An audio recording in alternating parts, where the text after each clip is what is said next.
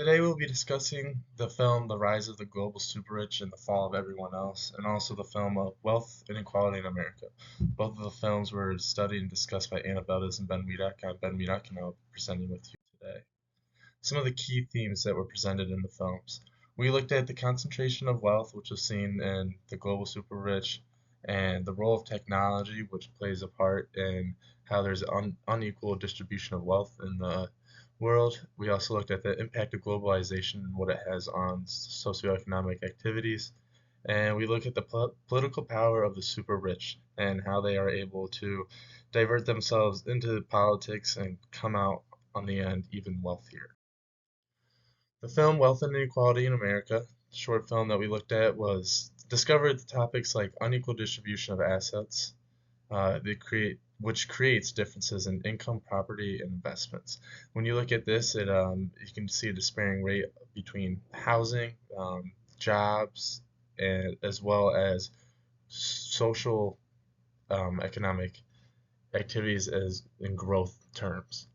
The top 1% owns over 40% of global wealth. So we're looking at this as 40% of the money that is in the world belongs to the top 1%. And then we'll look later into how that 1% keeps obtaining a more percentage of the global wealth and how that trend will impact not only the future, but how it impacts the present day lives of people that are not in that 1%. And the people that not in 1%, there's a bottom half of the population has less than 1% of the wealth.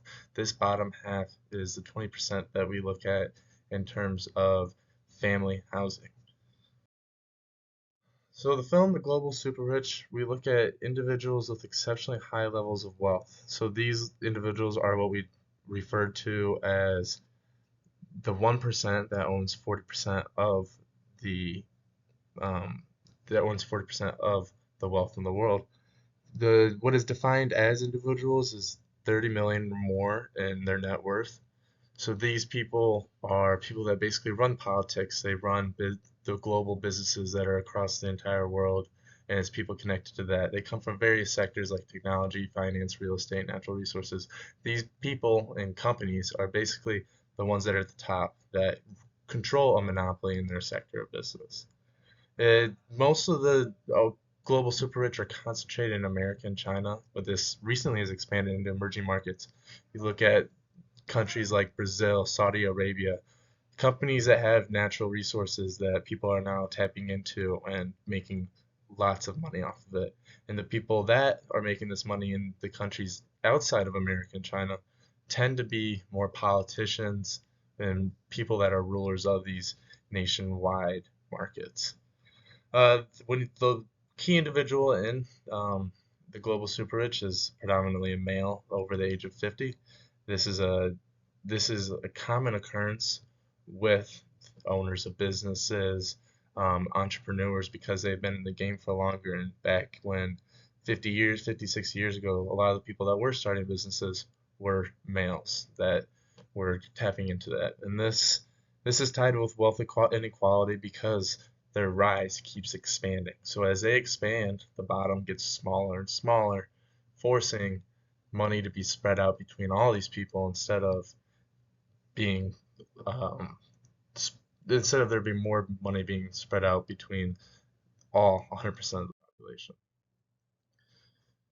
Factors of wealth and inequality. When we look at this, we look at tax policies. So because of wealth inequality, more tax policies are put on. And this can be an increase in taxes, an increase in exports and imports, trying to take more money either from the wealthy or trying to spread out even the middle class money down to the bottom, the bottom level of the socioeconomic system. But you can see a declining in union membership. So this wealth inequality is a lot of businesses or workers have gone away with union memberships, which lesser leads to lesser impact on what those workers have in terms of conditions and pay. And rising costs of education and healthcare. So because there are so many people that are not able to afford it or the price of these things are getting higher, um, the rising cost of them limits certain percentages of the uh, population to be able to have these things like education and healthcare because it is so expensive.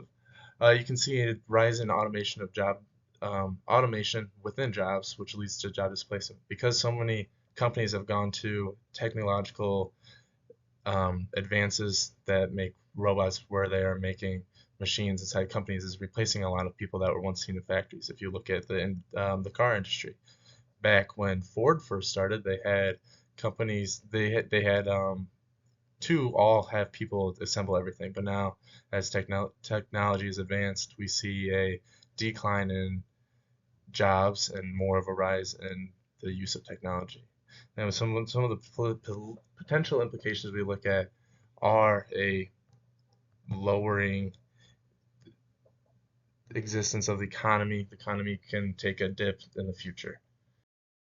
So the implications that we're talking about are social unrest. So people become upset with how they're getting paid and how are they being treated in these workplaces, and a lot of people are jobless right now in the economy. And we see in America that the unemployment rate keeps going down and down. But if you look in the rest of the world, a lot of those people are coming to America and taking, or not, they're not coming to America. Outside of America, they're going into their countries to get jobs, and they're not able to have any because they are all placed in distinct sections of the world where most of the jobs are at. So, and this ties into political instability as there's constant changes in politics and constant changes in the leaders of in these policies.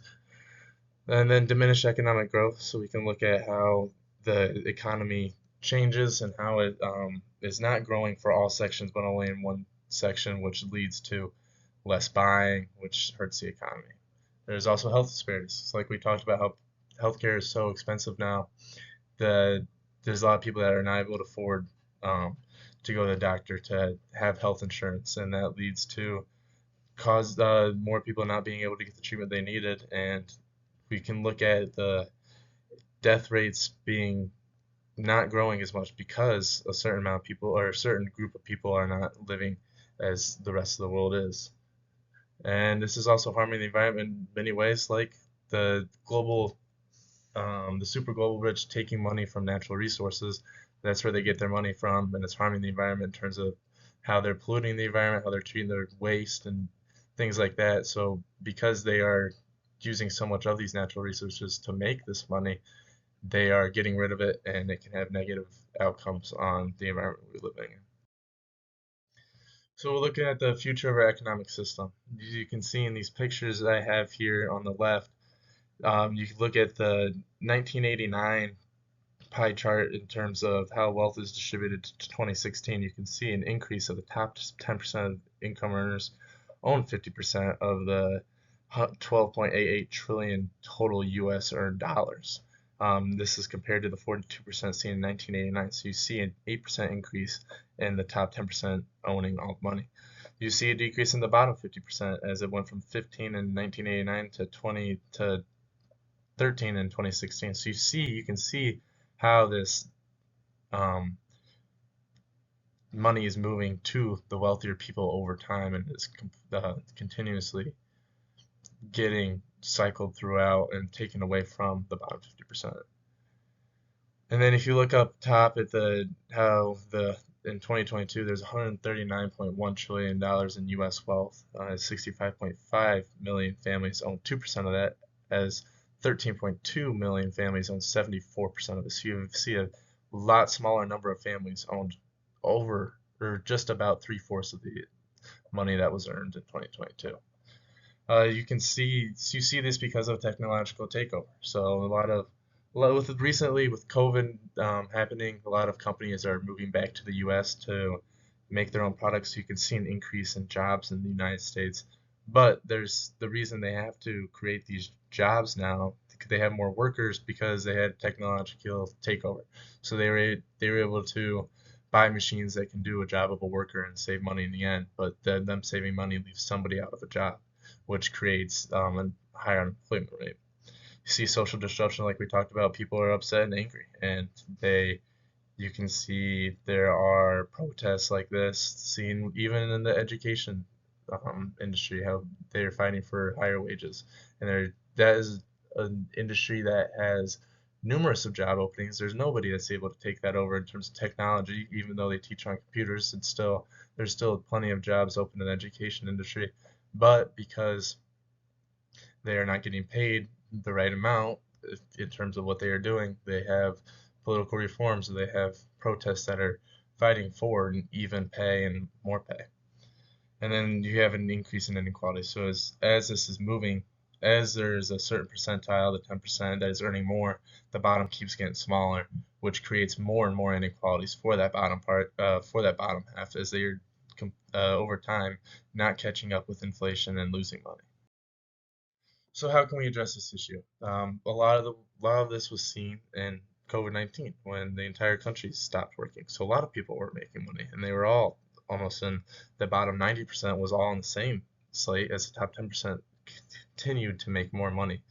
But you can look at supporting small businesses, and doing this, you can provide programs that increase the small business entrepreneurs and increase more people to open their own companies and provide more jobs for their communities. And this can lead to the ways you can do this are low interest and grant rates and grants, and encouraging these people to open small businesses, taking the risk aspect out of it so that they are able to um, contribute to the economy in ways that they couldn't if they were to get hired somewhere.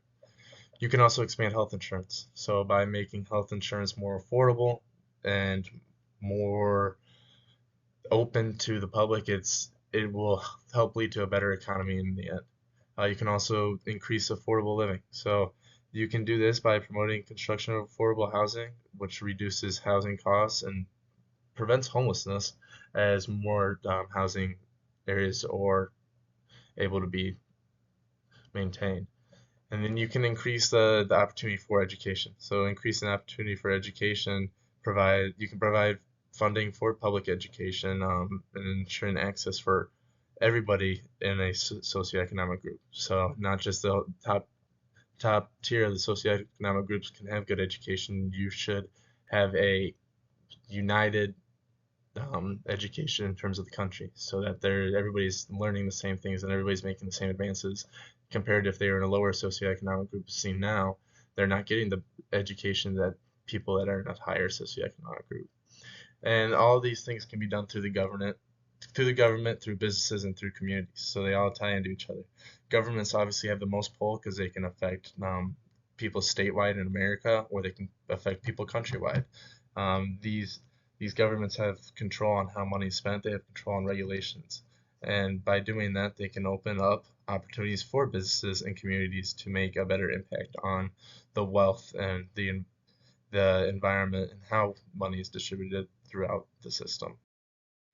So in conclusion, we looked at the film's Wealth Inequality and the film about wealth inequality, and we looked at the film about the global super rich people and how their impact on society is impacting us currently and how it will impact us in the future. We looked at those potential implications of what can happen if this trend continues, and we also looked at ways to address the issue and how to solve the problem that is at hand.